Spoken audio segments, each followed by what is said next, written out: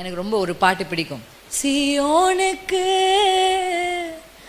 தயை செய்யும் காலம் இப்பொழுதே வருகின்றது. எத்தனை பேர் நம்புறீங்க? எனக்கு ஒரு காலம் வந்துருச்சு. அல்லேலூயா. சாராலே, நீ எவ்வளவு காலம் காத்துட்டு இருந்த? கைரோஸ் வந்துருச்சு. கர்த்தர் சொன்னபடியே செய்தருளினார். கர்த்தர் உடைத்தபடியே நிறைவேற்றினார். கர்த்தர் சொன்னதை செஞ்சுட்டார். எத்தனை பேர் வாக்குத்தத்தத்தை பெற்றிருக்கிறீங்க கர்த்தருடைய கரத்திலிருந்து? ஆமென்.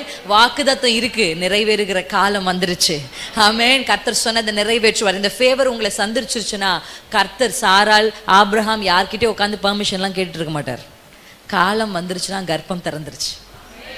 அல்லேலூயா. காலம் வந்துருச்சுன்னா கர்ப்பம்.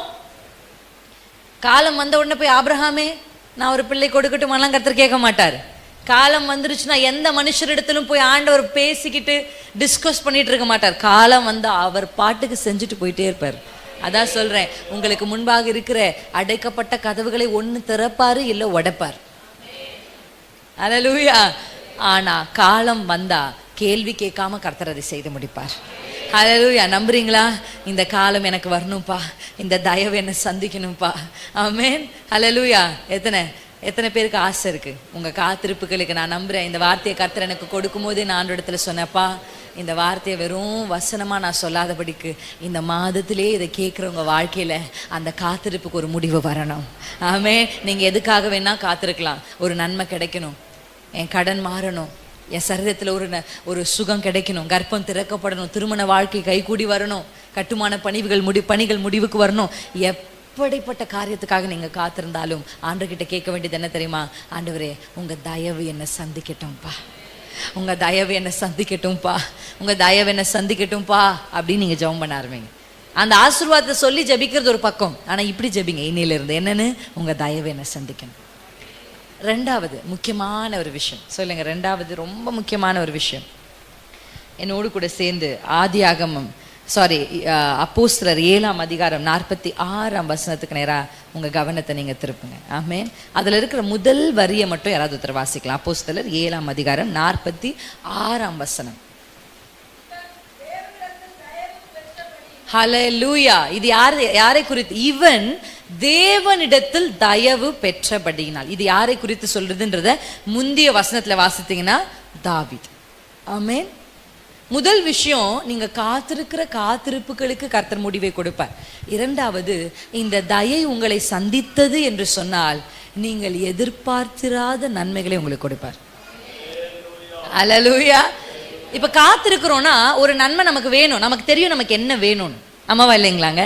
நீங்க எதுக்காவது ஒன்றுத்துக்காக காத்திருக்கிறீங்கன்னா உங்களுக்கு தெரியும், ஒரு தரிசனம் இருக்கும், இல்லை ஒரு வாக்குத்தத்தம் இருக்கும், இல்லை ஒரு தேவை இருக்கும். எனக்கு தெரியும் சிஸ்டர், உங்களுக்கு என்ன வேணும் சிஸ்டர்? இப்போ திடீர்னு உலகத்தாரெல்லாம் சொல்லுவாங்க, இப்போ கடவுள் உனக்கு முன்பாக தோன்றி 3 வரங்களை கேட்டால் நீ என்ன கேட்பாய் அப்படிலாம் சொல்லுவாங்க. இப்போ ஆண்டவர் உங்களுக்கு முன்னாடி வந்து உனக்கு என்னமா வேணும், சாலமோன் கிட்ட வந்து கேட்குறாரு, உனக்கு என்ன சாலமோன் வேணும் அப்படி கேட்டா நம்ம கிட்ட கண்டிப்பா ஒரு பாயிண்ட், அது நம்ம எதிர்பார்க்கிற சில நன்மைகள் உண்டு.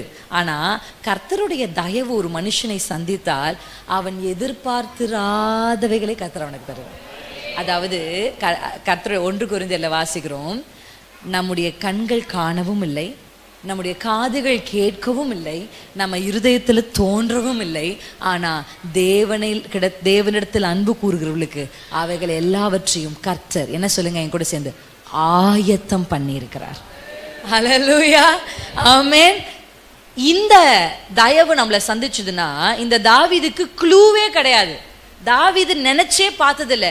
தாவீதுடைய இருதயத்துல ஒரு நாளும் நம்ம அரண்மனைக்கு இப்ப யோசேப்புக்கெல்லாம் தரிசனம் கிடைச்சிச்சு, ஆமா தானேங்க? ஆனா தாவீதுக்கு தரிசனமும் கிடைக்கல, ஒரு யோசனை, ஒரு நிமிஷம் கூட ஒரு ஆடு மேய்க்கிறவன் அதிபதியா ராஜாவா மாறணுன்றது என்ன பண்ணிருக்க மாட்டாரு. ஆனா இவன் கர்த்தரிடத்தில் தயவு பெற்றபடினால் அவன் எதிர்பார்த்ததை விட கர்த்தர் மேலாய் செய்வான். முதல் ஆசீர்வாதம் எதிர்பார்த்திருக்கிற நன்மைகள், இரண்டாவது எதிர்பார்த்திராத மேன்மைகளை கர்த்தர் தருவார். ஹல்லேலூயா. நான் எக்ஸ்பெக்டே பண்ணல இந்த ஆசீர்வாதத்தை, இந்த நன்மை நான் யோசிச்சு கூட பார்த்ததில்லை. ஆனா கர்த்தருடைய தயவு எனக்கு அதை கைக்கூடி வர பண்ணிருந்தது. ஹல்லேலூயா. இந்த எஸ்தர் ராஜாத்தியை குறித்து வேத புத்தகத்தில் நீங்க யோசிச்சே பார்த்துருக்க மாட்டா எஸ்தர். ஹல்லேலூயா. நினைவுல வந்தே இருக்காது. நீங்க வேத புத்தகத்துல கர்த்தர் ஒவ்வொரு மனுஷர்களையும் சந்தித்த நபர்கள் எல்லாம் கிதியோனை குறித்து வேத புத்தகத்துல வாசிப்போம். கிதியோன் பாட்டுக்கு என்ன பண்ணிருக்காரு? போரடிச்சுட்டு இருக்காரு. அவருக்கு லீடர் ஆகணும்ன்ற ஆசையெல்லாம் கிடையாது. ஏன்னா நேற்று நான் சொன்ன மாதிரி அவர் ஒரு புழு.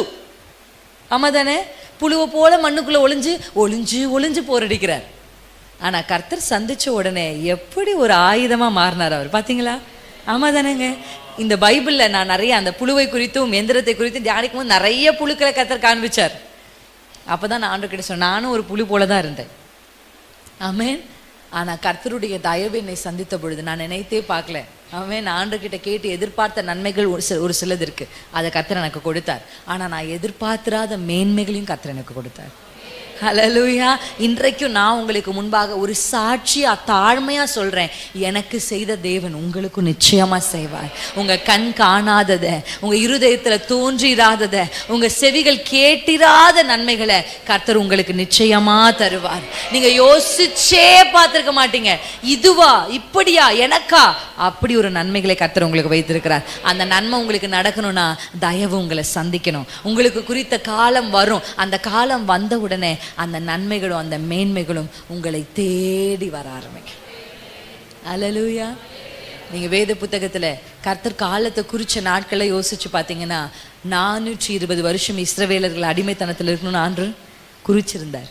ஆனா ஒரு நாள் வந்தது, கர்த்தர் பெருமூச்சின் சத்தத்தை கேட்கிறார். ஆமென். 70 வருஷம் பாபிலோன்ல கர்த்தர் குறிச்சிருந்தார். அந்த காலம் முடிந்த உடனே, நீங்க எஸ்ராவின் புத்தகம் 1ஆம் அதிகாரத்துல 70 வருஷம் முடிஞ்ச உடனே ஆண்டவர் யார்கிட்டயும் கன்சல்ட் பண்ணல, நேரா கோரேஸ் நாவியை போய் எழுப்புறார்.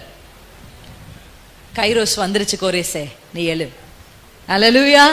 அடிமைத்தனத்துல இருந்த ஒருத்தர் கூட நினைச்சிருக்க மாட்டாங்க நம்ம மறுபடியும் போகணும். ஆமென். அவங்களுக்கெல்லாம் ஒரு ஆசை இருந்திருக்கும், அவங்களுக்கு ஒரு எதிர்பார்ப்பு இருந்திருக்கும். என்ன தெரியுமா? நம்ம எப்படியும் நம்ம எருசலேமுக்கு திருப்பி போகணும். இருக்கா இல்லையா? ஒருத்தர்கிட்ட கேட்டிங்கன்னா நீங்கள் சொல்லுவாங்க, எப்படி ஆகல, இப்போ என்னெல்லாம் நீங்கள் வாலிப பருவத்தில் உனக்கு என்ன ஆசைன்னு கேட்டால், எப்படி ஆகி வெளிநாடு போகணும். என் ஆசை எப்படி ஆகிலும் வெளிநாடு போகணும், பணம் சம்பாதிக்கணும். உண்மையாக சொல்கிறேன்.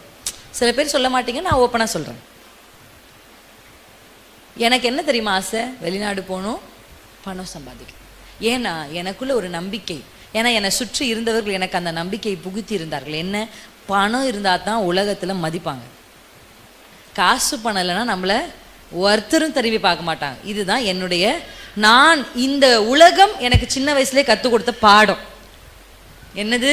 காசு இருந்தால் தான் உன்னை மதிப்பாங்க மக்களே.